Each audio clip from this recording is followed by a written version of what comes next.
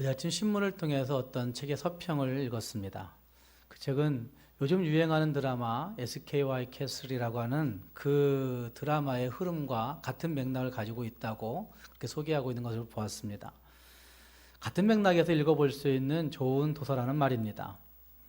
그 책은 일본의 후쿠이 의과대학의 부속 병원에 아동마음진료센터라고 하는 센터장을 지내고 있는 소아정신과 의사인 도모다 아케미가 쓴 책인데, 그 책은 아이의 뇌에 상처를 입히는 부모들이라고 한 책이었습니다.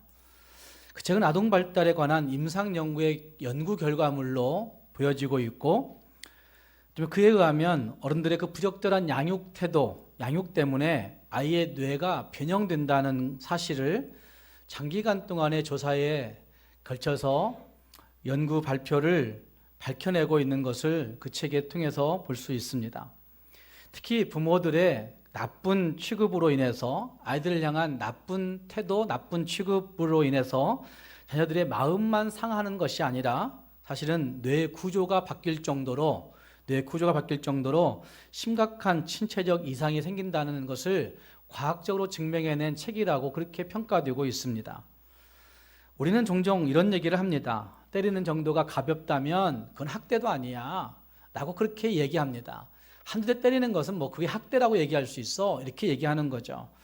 여기서 학대는 신체적인 학대만이 아니라 심리적이고, 그리고 언어적이고, 성적이고, 그리고 믿는 그리스도인들에게는 영적인 부분까지도 학대가 이루어질 수 있다는 사실들을 우리는 보아야만 합니다.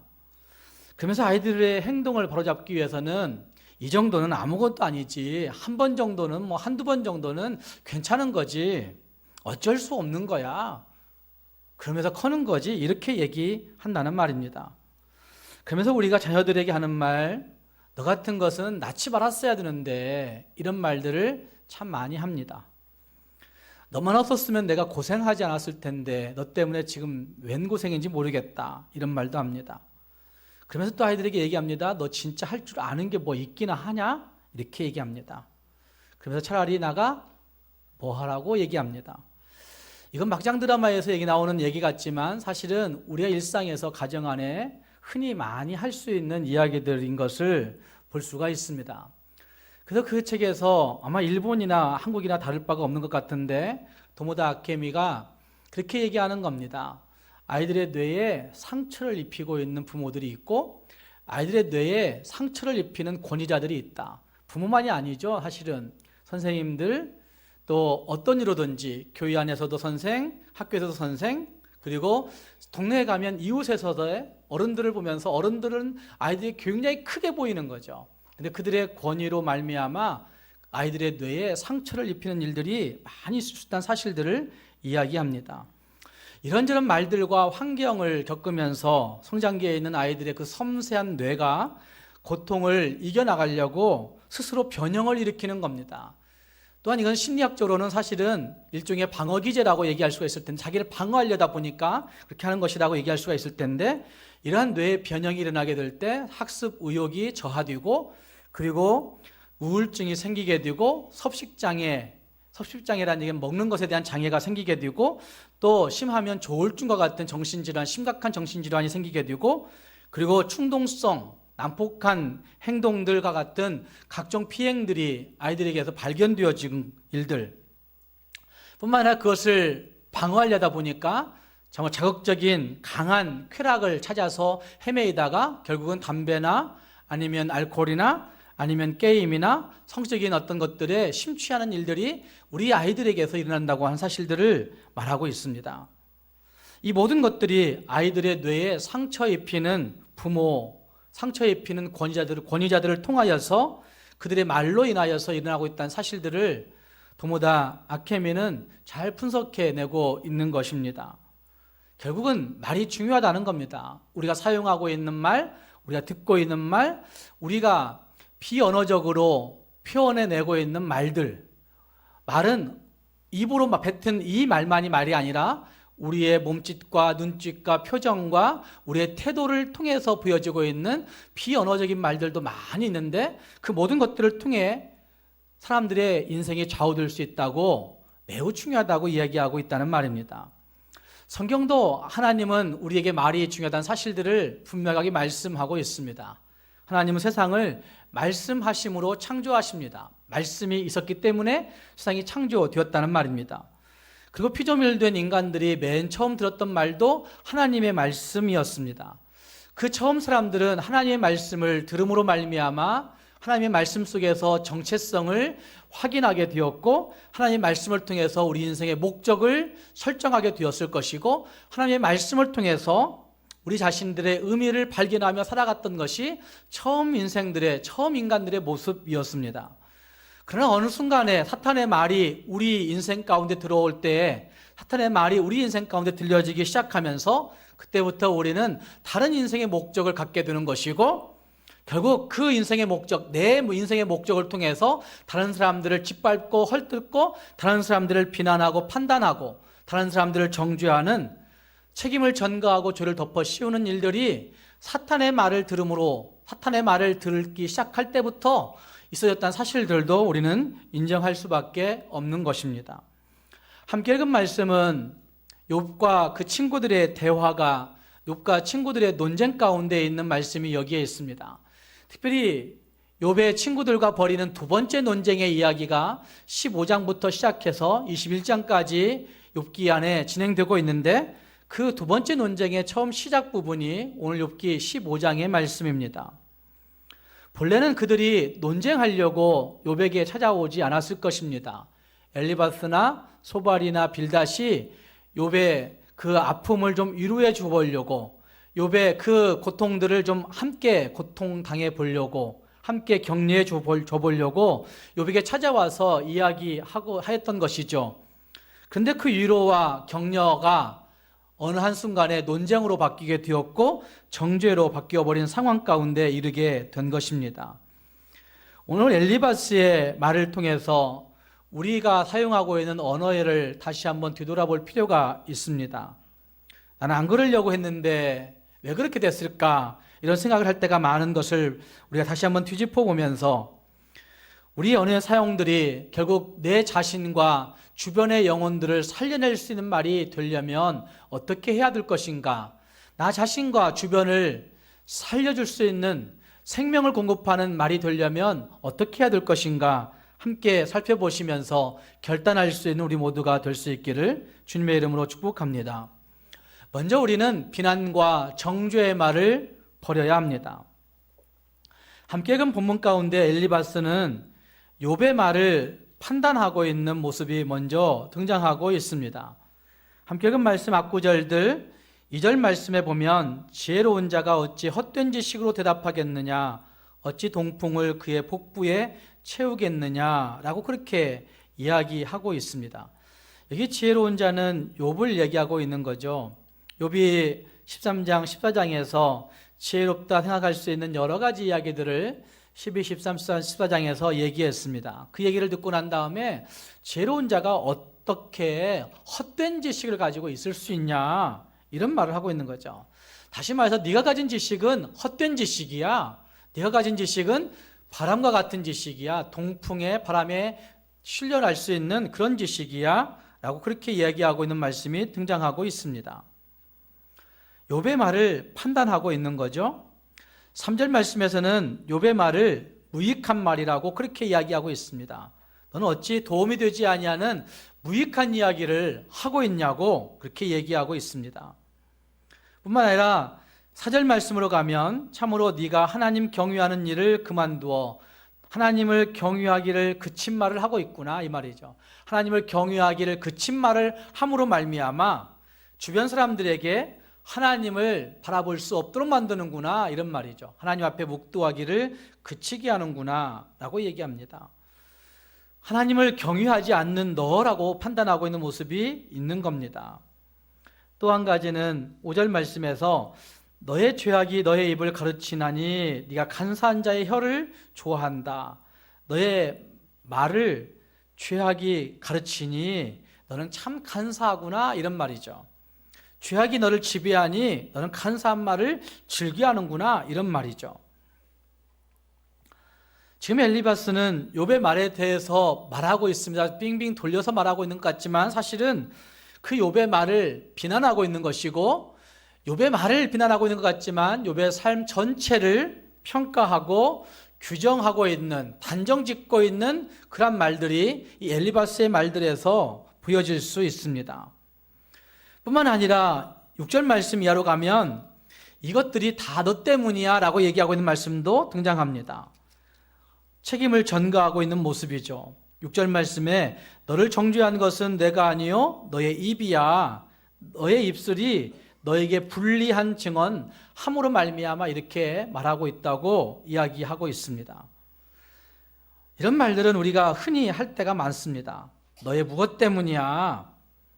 또 어떤 환경이나 조건 때문에 너를 정죄할 수밖에 없어. 내가 이렇게 자꾸 정죄하고 규정하고 판단하는 사람 아닌데 환경이 그렇게 만들어서 너를 정죄하고 있다고 그렇게 얘기할 때가 있다는 말입니다. 내가 이렇게 모진말 하는 것도 다 너 때문이다. 내가 너를 비난할 수밖에 없는 것도 다 너의 말 때문이라고 얘기하고 있는 말씀을 하고 있습니다. 우리는 태어나면서 아니 엄마의 뱃속에 있을 때부터 여러 가지 말들을 듣고 그 말들을 통해서 학습하고 뱃속에서부터 이미 체험하고 그것들을 습관적으로 가지고 있는 모습으로 우리는 발전되어 갑니다. 폴 트립 교수는 웨스트민스터의 상담학 교수였던 폴 트립 교수는 영혼을 살리는 말, 죽이는 말이라고 한 책에서 네 가지 챕터를 가지고 우리 말의 중요성을 잘 언급해 주고 있습니다. 특히 첫 번째 큰 챕터에서 그는 네 가지의 말들을 언급하고 있습니다. 하나는 하나님의 말이 있고, 두 번째는 사탄의 말이 있고, 세 번째는 인간의 말이 있고, 네 번째는 우상 숭배의 말이 있다고 그렇게 이야기합니다. 우리가 일상에서 사용하는 말들, 우리가 듣고 있는 말들, 과연 하나님의 말들을 많이 듣고 있는가? 아니면 사탄의 말들을 많이 듣고 있는가? 또 인간의 말을 많이 듣고 있는가? 우상 숭배를 조장하는 말들을 많이 듣고 있는가? 점검해 볼 필요가 있습니다. 뿐만 아니라 우리가 일상에 사용하고 있는, 말하고 있는 말들, 하나님의 말을 많이 하고 있는가? 아니면 사탄의 말을 많이 하고 있는가? 아니면 진짜 인간의 말을 하고 있는가? 아니면 우상 숭배의 말들을 많이 하고 있는가? 다양한 단계에서 이루어지고 있는 대화들과 부모와 자식 간의 대화들, 그리고 남편과 아내의 대화들, 친척들과의 대화들, 형제 자매들과의 대화들, 친구와의 대화들, 그리고 이웃과의 대화들, 직장 상사와 동료들과의 그 주고받는 말들, 내가 듣고 있는 말, 내가 말하고 있는 말, 또 교회 안에서 서로 지체들과의 하고 있는 말들, 여러분 그 말들을 다시 한번 점검해 보시기 바랍니다. 진짜 하나님의 기준에 합당한 말들일까? 진짜 그 말들을 통해서 서로 세워주고 서로 격려해주고 정말 위로해주는 말들일까? 개개인의 믿음과 나 자신의 믿음과 그리고 상대방의 믿음을 더욱더 성장하게 해줄 수 있는 말들일까? 관계를 더욱더 북돋아주고 발전시킬 수 있는 말들일까? 한번 우리의 말들을 듣고 있는 말, 하고 있는 말들을 살펴볼 수 있어야 된다는 말입니다. 폴 트립 교수가 얘기하고 있는 사탄의 말들 속에서 그는 이런 얘기를 합니다. 우리가 듣고 있는 말들과 사용하는 말들 속에 하나님의 권위를 도전하는 말들이 있다고 얘기합니다. 아니 어떻게 인간이 하나님의 권위를 도전하는 말들을 듣고 하느냐고 얘기할 수 있는 분들이 있겠지만 또 하나님의 권위를 도전한다고 얘기할 때 우리는 어떤 종교적인 어떤 행위들, 종교적인 일들과 관련되어서 하나님께 치명타를 입히는 어떤 말들을 생각할 수도 있겠지만 하나님의 권위를 도전한다고 하는 사실은 종교적인 어떤 행위를 얘기하고 있는 그것보다는 잘못된 지배욕을, 내가 쥐고 싶은 지배욕을, 내가 쥐고 싶은 권력을 행사하려고 할 때 결국 우리는 사탄의 말을 듣고 사탄의 말을 행하는 일이 될 수 있다는 사실들을 이야기하고 있습니다. 내가 누군가를 지배하려고 할 때 가정 안에서 생각해 보세요. 내가 분노에 찬 말들을 할 때 생각해 보세요. 남편을 내가 지배하지 못함으로 말미암아 그 말을 할 때가 있는 거죠.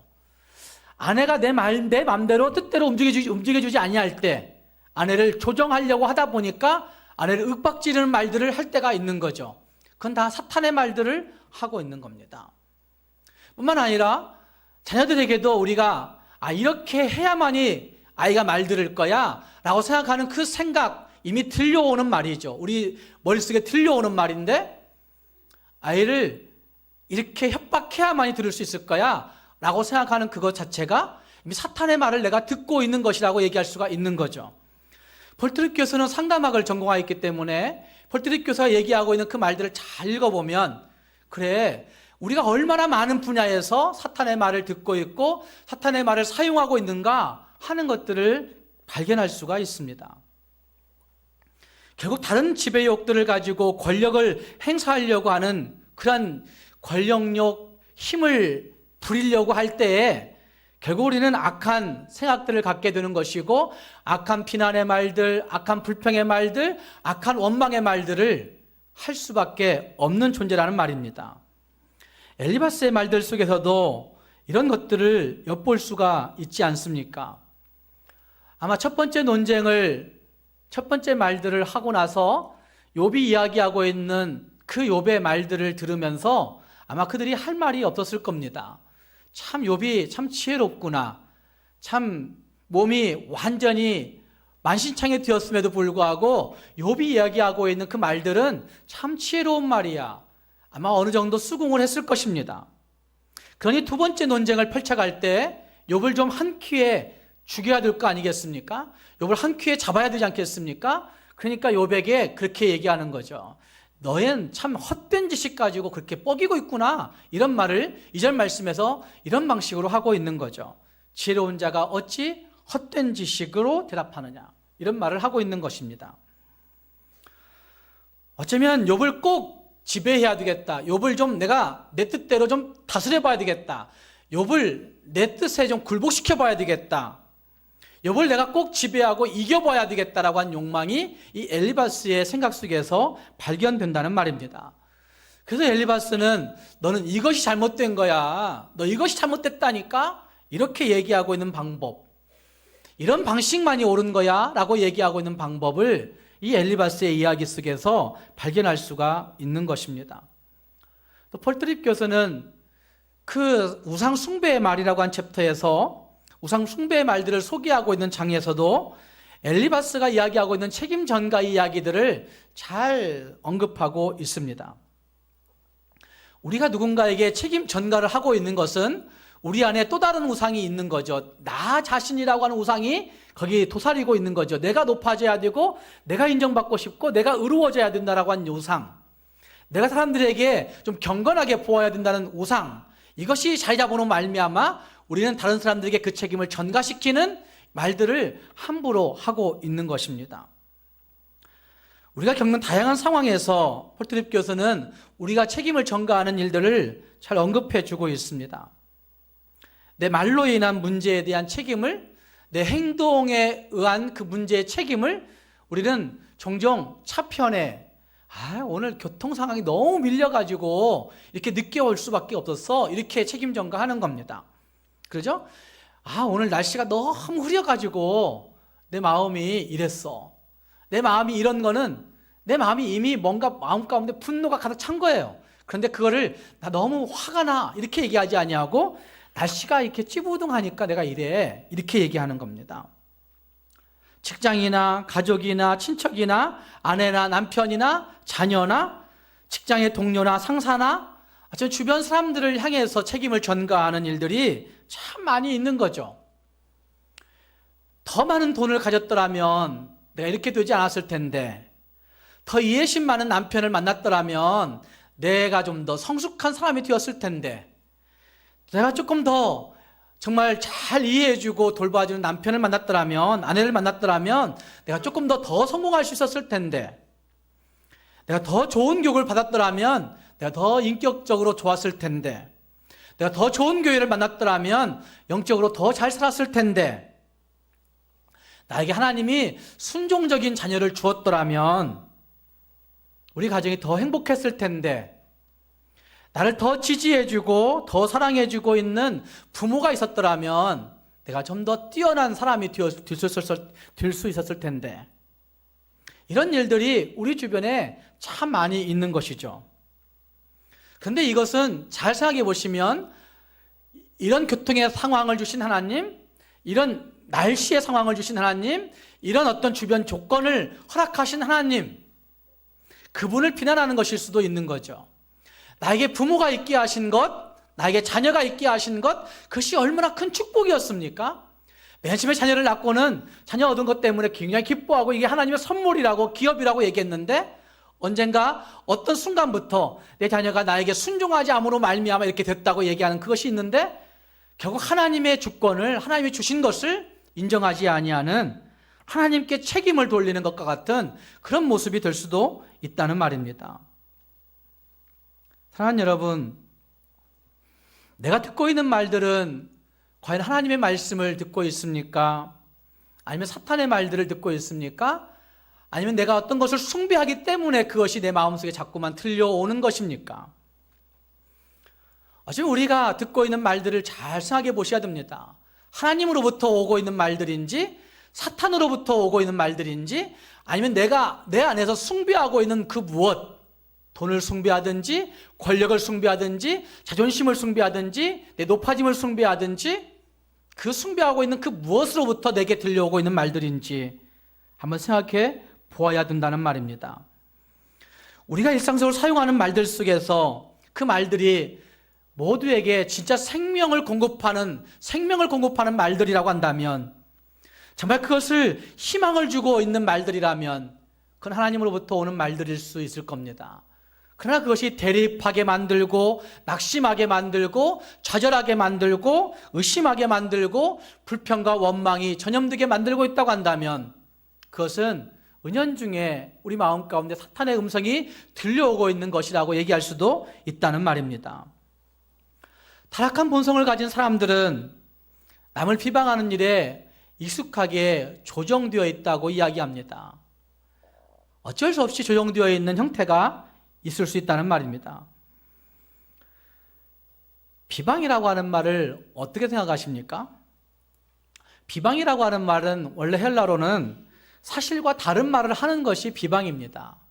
그런데 문제는 사실과 다른 말을 하지 않는데도 불구하고, 팩트를 말하고 있는데도 불구하고, 팩트를 말하는데도 불구하고 그 팩트를 듣는 사람이 그 팩트의 당사자인 그 사람을, 그 말을 다 듣고 난 다음에는 괜히 의심하게 되고, 그 사람을 낮게 보고 그 사람을 좋지 않게 생각하는 감정이 생긴다는 데 문제가 있습니다. 난 사실만 얘기한 거야, 사실만 얘기했어, 이렇게 얘기해요. 근데 그 사실 다 듣고 난 다음에, 지나놓고 난 다음에 생각해 보면 그 사실 속에 담겨진 그 사람에 대해서 좋지 않는 감정이 꿈틀꿈틀 피어오르는 거예요. 왜 그랬을까요? 왜 그렇게 됐을까요? 사실을 말하고 있는 나의 목소리, 사실을 말하고 있는 나의 어조, 사실을 말하고 있는 나의 태도, 사실을 말하고 있는 나의 몸짓, 사실을 말하고 있는 내 표정, 사실을 말하고 있는 그 모든 것들이 결국 그것을 비아냥대면서, 아니면 그 사람을 약간은 얕잡아 보면서 그 사람을 약간은 낮게 취급하면서 얘기했기 때문에 사실을 들었음에도 불구하고 결국은 그 사람에 대해서 안 좋은 감정이 생기고 만 것입니다. 그래서 비방이라고 하는 헬라어는 사실과 다른 말을 한 것만이 비방이 아니라 무너뜨린다라고 하는 의미를 가지고 있습니다. 무너뜨린다. 다시 말해서 그 말을 통해서 누군가를 무너지게 만드는 것일 때 그것이 비방일 수가 있는 거죠. 그 사람에 대해서 더 못한 감정을 갖게 만드는 것, 그 사람에 대해서 좀 안 좋은 감정, 부정적인 인상을 갖게 만드는 것, 그 사람의 이미지를 흐리게 만드는 것, 이 많은 것들이 결국 비방이 될 수 있다는 사실을 말하고 있다는 말입니다. 야고보서 4장 11절 말씀, 12절 말씀을 우리가 같이 좀 읽어봤으면 좋겠는데, 야고보서 4장 11절 말씀, 12절 말씀을 앞에 한번 보시고 같이 읽겠습니다. 형제들아, 서로 비방하지 말라. 형제를 비방하는 자나 형제를 판단하는 자는 곧 율법을 비방하고 율법을 판단하는 것이라. 네가 만일 율법을 판단하면 율법의 준행자가 아니요 재판관이로다. 입법자와 재판관은 오직 한 분뿐이시니 능히 구원하기도 하시며 멸하기도 하시느니라. 너는 누구이기에 이웃을 판단하느냐. 형제들아, 서로 비방하지 말라. 형제를 판단하지 말라 이렇게 말씀하고 있는데 형제니까 나는 괜찮아 이렇게 이웃도 얘기하고 있는 거죠. 12절 말씀대로 된다면 그러면 그 형제, 이웃 얘기하는 이 모든 것들은 우리가 관계하는 모든 사람들을 얘기하는 거죠. 남편을 포함할 수도 있는 거고 아내를 포함할 수도 있는 것이고 자녀들도 포함할 수가 있는 거죠. 비방은 무너뜨리는 겁니다. 사실과 다른 말을 하는 것을 포함하는 것이지만 사실을 얘기할지라도 우리의 비언어적인 몸짓과 태도와 표정과 그 어떤 그 어조들이 결국 비방이 될 수 있다는 사실들을 보아야 되는 거죠. 비방하고 판단하는 자들은 곧 무엇을 비방하고 판단하는 것이라고요? 율법을 비방하고 판단하는 것이다. 그리고 더 나아가서는 그리고 비방하고 판단하는 것은 무엇 되는 것이다? 재판관 되는 것이다. 우리의 재판관은 누구세요? 하나님이세요. 우리에게 법을 주신 분은 누구세요? 하나님이세요. 입법하시고 재판하시는 분은 하나님이신데 우리가 입법자 되고 우리가 재판관 되는 거죠. 내가 내 머릿속에서 이미 법을 정해놓고 규정을 정해놓고 내가 원칙을 정해놓고 거기에서 벗어나면 그 사람을 저주하고 비방하고 판단하고 불평하는 결국 우리가 입법자요 재판관이 되어 있는 태도들을 가지고 있다는 말입니다. 문제는 이런 비방의 일들이 우리 일상적인 대화 속에서 아무렇지도 않게 되어지는 경우가 많이 있다는 것입니다. 의도하지도 않습니다. 계획적이지도 않습니다. 계획하고 한다면 참 나쁜 사람이겠죠. 그냥 이야기하다 보면 무의식적으로 그냥 조심하지 않기 때문에 튀어버리는 일들이 있다는 말입니다. 아마 오늘 교회 와서도 혹시 여러분들과 했던 대화인지도 모르지만 저는 그걸 몰라요. 그 상황을. 어떤 분이 예쁜 옷을 입고 왔어요. 그래서 얘기해요. 어떤 집사야 오늘 당신 입은 옷 참 예뻐 이렇게 얘기해요. 거기까지 하면 칭찬이에요. 거기까지만 얘기해야 돼요. 그 다음 얘기해요. 근데 오늘 머리와 좀 안 어울려 이렇게 얘기해요. 그럼 그건 칭찬이 아니라 비방이 되는 거예요. 너 살만 빼면 더 예쁘겠어 이렇게 얘기하는 것도 비방이에요. 참 예쁘다 거기까지가 칭찬인 겁니다. 참 좋아 보여, 참 기뻐 보여, 참 어울려 여기까지가 칭찬입니다. 그런데가 붙으면 뭐가 된다고요? 비방이 돼요. 아무리 좋은 말이라 할지라도 그런데가 되면 비방이 될 수가 있다는 말이죠. 찬양을 듣는면서도 우리는 예배 끝나고 찬양에 대해서 얘기해요. 오늘 찬양 너무나 은혜로웠어. 오늘 우리 찬양대 찬양이 참 은혜로웠습니다. 참 은혜로웠어. 거기까지 해야 돼요. 나에게 생명을 주는 찬양이었어. 나에게 영광을 주는 찬양이었어. 거기까지 하면 칭찬이에요. 그런데 저기 누구의 그 옷 색깔은 찬양하고 안 어울려. 그러면 비방이 되는 거예요. 그죠? 그 사람 어떤 태도가 옳지 않았어. 그러면 비방이 되는 거예요.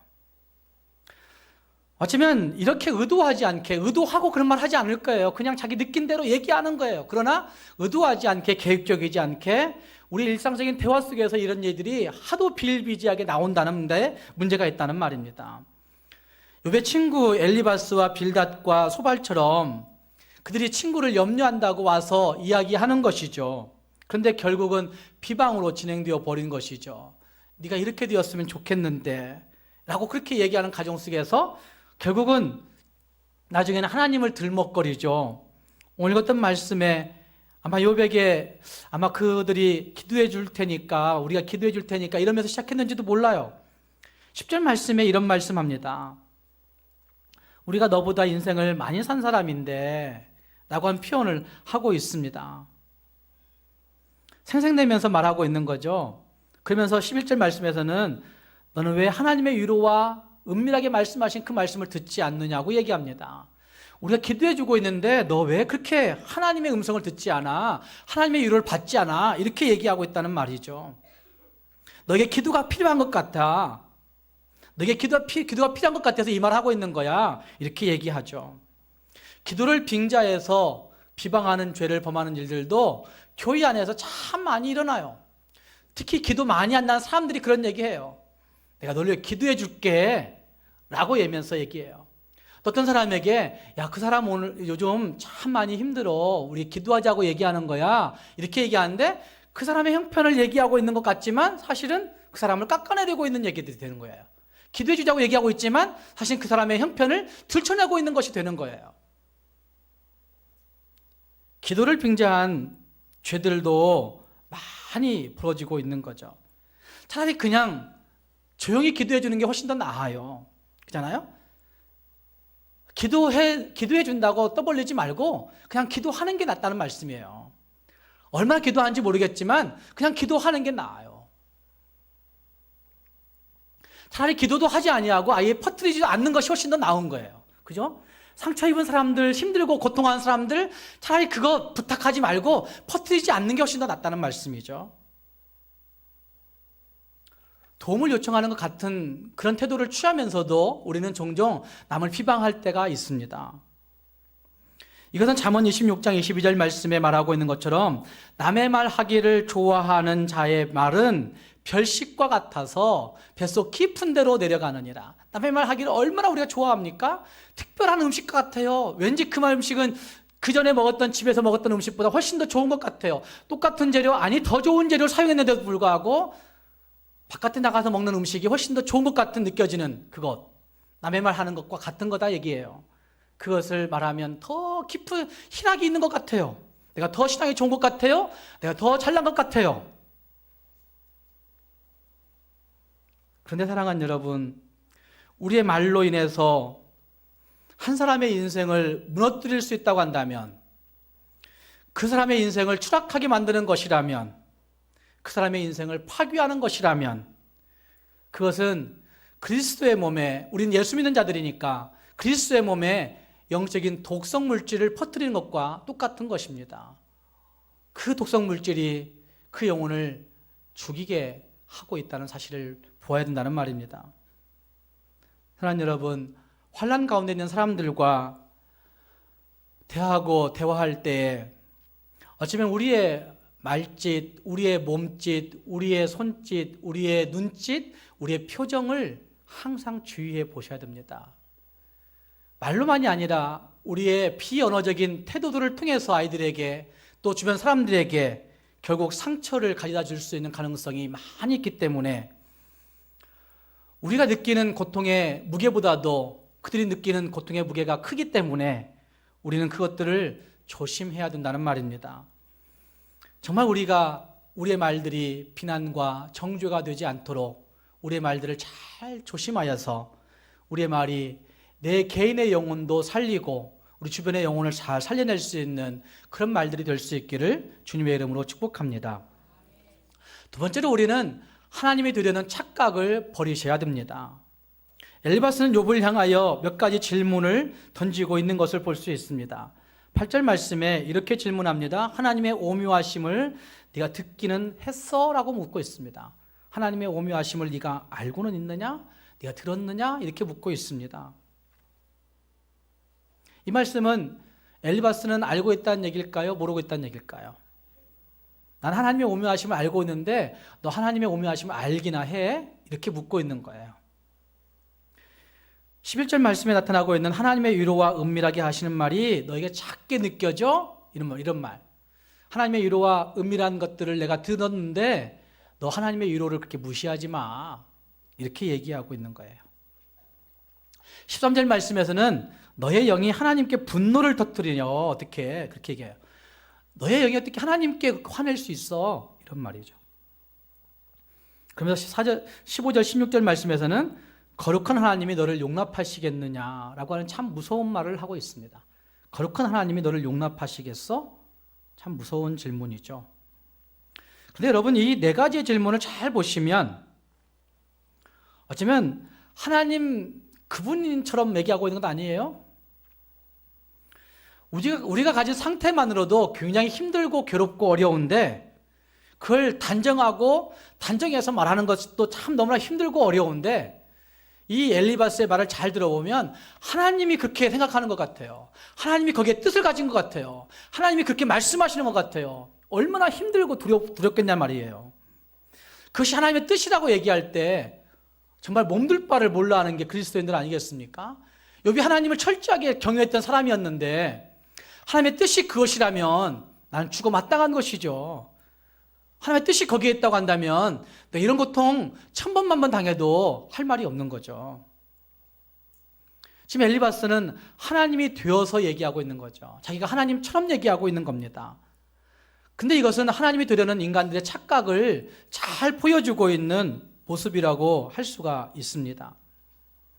누군가를 비방하는 것은 이미 그 사건, 그 사람, 그 상황을 우리가 판단해버리고 단정해버린다는데 큰 문제가 있습니다. 그렇지 않습니까? 누군가를 비방한다는 이미 그것은 우리 머릿속에서 이미 누군가를 판단하고 단정해버렸다는 데 문제가 있다는 말입니다. 그래서 야고보서 4장에서는 누구이기에, 네가 누구이기에 이것을 판단하냐 이렇게 말하는 거 아닙니까? 네가 누구이기에 하나님의 권위를 가로채고 판단해? 네가 누구이기에 하나님 자리를 차지해서 판단해? 네가 누구이기에 하나님 재판관 되신 하나님을 대신해서 그렇게 재판해? 이런 말씀이죠. 폴 트릭 교수가 쓴 그의 책에서 이런 대목이 있습니다. 잘 생각해 보세요. 우리는 우리가 말하고 싶은 것을 말하고 싶은 때에 말하고 싶은 방법으로 말한다. 그죠? 우리는 내가 말하고 싶은 것을 말하고 싶은 때에 말하고 싶은 방법으로 말해요. 그걸 조금 더 정제하기도 하고 가려서 얘기하기도 하고 때를 좀 나눠서 그때 바로 하지 아니하고 좀 나눠서 얘기하지도 하고 이렇게 되면 지루할 텐데 그렇지 않아요. 내가 하고 싶은 말, 내가 하고 싶은 때, 내가 하고 싶은 방법으로 말합니다. 또다시 얘기합니다. 마치 그것을 당연한 것처럼 여기며 당연한 것처럼 여겨요. 그런 말을 할 권리가 있는 사람처럼 말하고 그저 자신을 행복하게 만들어줄 수 있는 그 무엇인가를 얻기 위해 말한다. 나만 괜찮으면 돼요. 그런 말이에요. 나만 괜찮으면 돼요. 나만 만족스러우면 돼요. 근데 그 다음 말씀, 그 다음 글에 보면 이렇게 얘기해요. 하나님의 권위에 복종하도록 부르심받은 것을 잊고 하나님의 권위에 복종하도록 부르심받은 것을 잊고 자신이 하나님인 것처럼 생각하며 말한다. 자신이 하나님인 것처럼 생각하며 말한다. 우리 말들이 참 많은 부분이래요. 그러잖아요? 내가 말하고 싶은 것을 말하고 싶은 때에 말하고 싶은 방법으로 말하는데 잘 생각해 보시면 그 모든 것들이 내가 하나님인 것처럼 말하는 거예요. 내가 하나님인 것처럼. 사랑하는 여러분, 결국 말의 문제가 아니라 하나님의 주권을 침공한다는 데 문제가 있습니다. 하나님의 주권을 내가 차지하려는 데 문제가 있다는 말입니다. 하나님이 되려는 착각을 버릴 때 내 영혼도 살 수 있고 다른 영혼도 살릴 수가 있습니다. 처음에 얘기했던 아이의 뇌에 상처를 입히는 부모들과 관련된 그런 보고로 마무리 짓고 싶습니다. 1996년에 4월 달에 발간된 뉴스위크지에 어린이의 뇌에 관련된 기사가 나왔습니다. 사람의 뇌에는 태어날 때 수억 개, 이 작은 뇌에 수억 개의 신경줄이 엮여져 있다고 얘기합니다. 신경줄로 되어 있다고 얘기합니다. 근데 그 신경줄들이 어릴 때 듣고 보고 알고 그리고 느끼고 경험한 것을 따라서 그 신경줄에 회로가 연결되기 시작한다고 합니다. 근데 그 회로가 연결되는 걸 통해서 재능이 개발되고 지식이 확장되고 그리고 그걸 통해서 가치관이 형성되고 습관이 형성되고 그걸 통해서 언어의 감정 그리고 수학의 감정 그리고 과학의 감정 그리고 우리가 같이 습득할 수 있는 많은 창의적인 감정들이 그 형성되는 회로를 통해서 이 뇌 안에 연결되는 신경의 회로를 통해서 아이들에게 형성되어 간다고 얘기합니다. 좋은 것들을 경험하고 보고 듣고 느끼면서 그 회로의 굵기가 굵어지고 그리고 그 회로의 섬세함이 섬세해지고 이러면서 정말 그 아이들이 위대한 리더가 훌륭한 사람들이 되어질 수 있다고 보고합니다. 좋은 것을 보고 좋은 것을 듣고 좋은 것을 말하면 결국 사람의 가치관이 좋은 방향으로 많은 회로가 생기고 굵어지고 섬세해진다고 그 보고서에서는 그렇게 얘기하고 있습니다.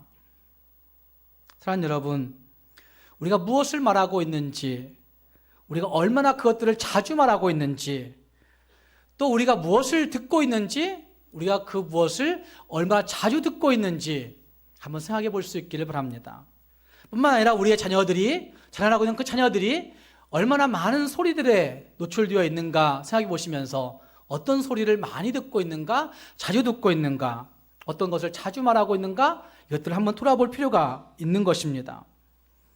여러분은 어떤 말을 많이 듣고 있습니까?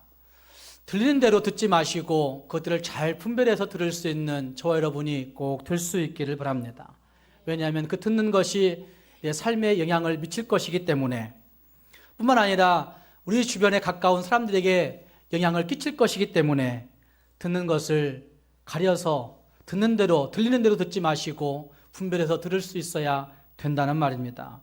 뿐만 아니라 우리가 어떤 말을 자주 사용하고 있는지 한번 돌아볼 수 있기를 바랍니다.